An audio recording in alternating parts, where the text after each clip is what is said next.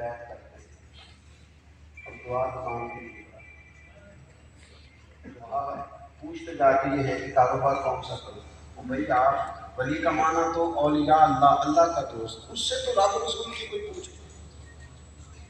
بعض لوگ ایسے ہوتے ہیں کہ جو اپنا جب مانگنے کا معیار ہی بلند نہ کرو گے، کشکول ہی سیدھا نہیں کرو گے، دروازہ رسول سے تو وہ مانگو جو کہیں سے ملتا ہی نہیں. وہاں سے تو ایسی چیز طلب کرو کہ بس معاملہ ختم ہو جائے. کچھ تھے جنہیں مانگنے کا سلیقہ آتا تھا. حضرت ربیعہ بن کعب سے حضور نے کہا مانگو.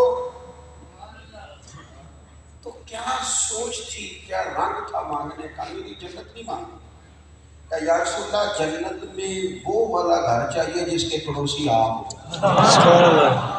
وہ جنت ساڑھے کے اسکارے کی تھے یار نظر نہ آؤ. سبحان اللہ. جنت میں آپ کا اوہو، یہ کمال بات ہے نا، کمال ہے نا. بعض لوگ ایسے ہوتے ہیں جو دو جملوں میں نا تجھ سے تجھ ہی کو مانگ کے، تجھ سے تجھ ہی کو مانگ کے میں نے مانگ لی ہے ساری کائنات. سبحان اللہ. تجھ سے تجھ ہی کو مانگ کے. وہ ایک دن محمود غزنوی نے نا منہ کھول دیے ہیرے جواہرات کے، خزانے کے، ساری چیزوں کے، اور کہنے لگا لو بھی جو جس پہ ہاتھ رکھے وہ شے اسی. کسی نے بھاگ کے جا کے گھر پیسوں والی حویلی پہ ہاتھ رکھا، کسی نے سونے جواہرات پہ ہاتھ رکھا.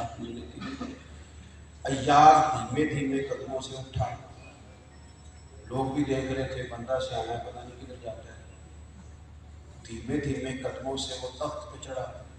پیچھے سے آ کے نہ تو محمود کے کندھے پہ ہاتھ رکھا. محمود غزنوی پلٹ کے کریں گے کیا ہے خیر ہے. کہنے لگے پکے رہیے گا، آپ نے کیا کہا تھا جو جس شے پہ ہاتھ رکھے گا اسی کی ہو جائے گا. تجھ سے تجھ ہی کو مانگ کے میں نے مانگ لی ساری کائنات. تو محمود بھی خوش ہو گئے، کہنے لگے یار تو کمال آ گئی. تو نے دنیا کی شے دیکھی کوئی نہیں، تو نے مانگا کا بادشاہ مجھے تو چاہیے یار، تو چاہیے، تو تیری نہ مجھے ضرورت ہے. یہ چیزیں تو باقی جاتی رہتی ہیں، اصل تو تیری حاجت ہے، مجھے تو تیرے سے محبت ہے. حضرت مولا علی شیر خدا کرم اللہ تعالیٰ وجہہ الکریم فرمانے لگے نبی کریم نے اس دیہاتی سے کہا اور مانگ لے. کہنے لگا اونٹ پہ ڈالنے کا سامان بھی دے دے. تو حضور فرمانے لگے او چاہ تجھے دیا، چلے گولڈن چانس اور دیتے ہیں کچھ اور مانگ. اب تنگی کے دام آپ پہ نہ جا اور بھی کچھ مانگ. میں آج وہ مائل بات آ اور بھی کچھ مانگ. حضور نے تیسرا چانس دیا تو مولا کائنات فرماتے ہیں ہمارا دل تھا اب جنت مانگے. اور بڑا ہی دیہاتی، بڑا ہی سادہ بدو کیا کہتا ہے، کہتے ہیں حضور اور بھی کچھ دینا ہے تو آنے جانے کا خرچہ بھی دے. کچھ لوگ بیچارے یہاں سے باہر نکلتے ہی نہیں ساری زندگی. حضور آنے جانے کا خرچہ بھی دے دے. حضور فرمانے لگے جا تجھے دیا. اور قربان جائیں خود حضور آداب بتاتے ہیں اپنی بارگاہ سے مانگنے کے. حضور فرمانے لگے اور تجھ سے تو بنی اسرائیل کی بوڑھی ہی اچھی. یا رسول اللہ کون سی؟ فرمایا جب اللہ نے حضرت موسیٰ علیہ السلام کو ہجرت کا حکم دیا نا، تو ساتھ یہ بھی کہا کہ جناب یوسف علیہ السلام کی قبر ہے یہاں، اس قبر سے ان کا تابوت بھی نکال کے ساتھ لے جائیں. حضرت یوسف علیہ السلام کے مزار میں جو ان کی مقدس لاش مبارک ہے، ان کا وجود اطہر ہے، جس تابوت میں وہ بھی ساتھ لے جائیں. جو رب حضرت موسیٰ کو یہ حکم دیتا ہے وہ مالک حضرت یوسف کی قبر کا پتہ بھی جانتا ہے.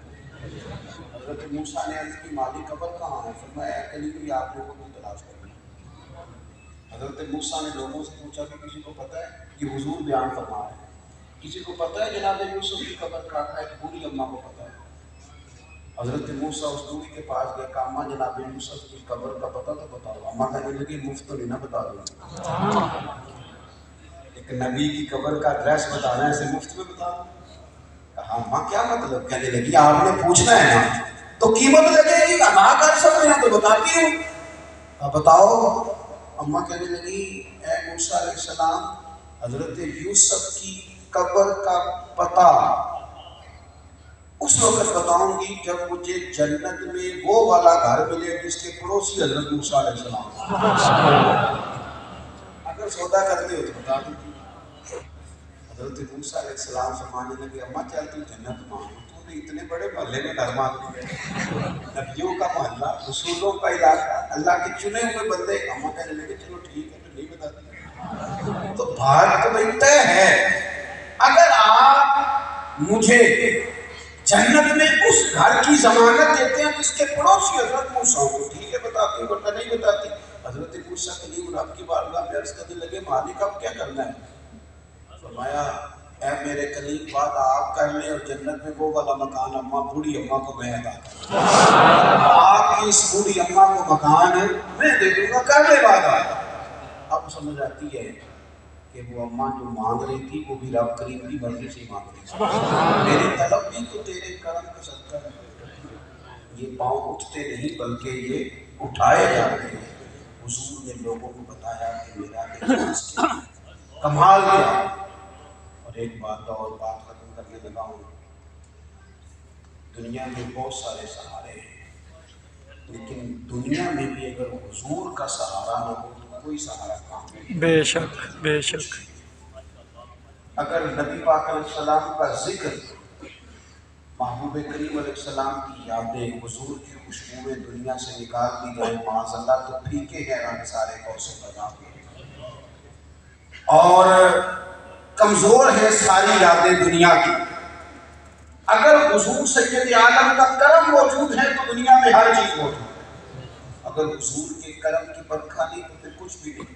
اے میرے دوستو، خدا را کوئی دن ایسا زندگی میں خالی نہ گزارنا، دن تو گزر جائے پر حضور پر درود و سلام ہی نہ، کوئی ایسا دن نہ گزارنا دن گزر جائے اور حضور کی نام نہ، کوئی ایسا دن نہ گزارنا خدا کہ جب ہم حضور کی سنت پر عمل ہی نہ کر سکیں، کوئی ایسا دن نہ گزرے ہمارا کہ جب نبی پاک کی غریب امت کے بارے میں ہمارے دلوں میں جذبہ پیدا نہ ہو، نبی کریم علیہ السلام کے غلاموں کے بارے میں ہماری طبیعت میں چاہتیں پیدا نہ ہو۔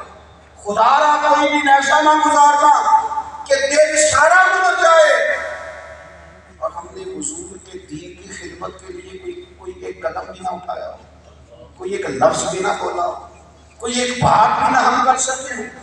ہمیں جب ہمارا حضور کے بغیر گزارا نہیں، پھر یاد رکھنا ہمیں ہر وقت سوچنا ہے حضور کی امت کے لیے، نبی پاک کے دین کے لیے، حضور علیہ السلام پر نازل ہونے والی کتاب قرآن مجید کی ترویج و اشاعت کے لیے ہر وقت ہمیں سوچنا ہے۔